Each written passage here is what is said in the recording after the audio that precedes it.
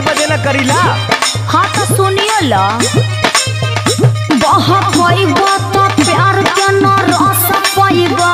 रात से जिया पे रजाऊ तो रस जाइबा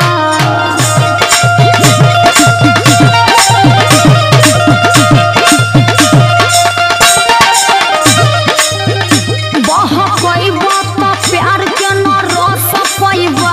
रात से जिया पे रजाऊ तो रस जाइबा हमारा से चली ना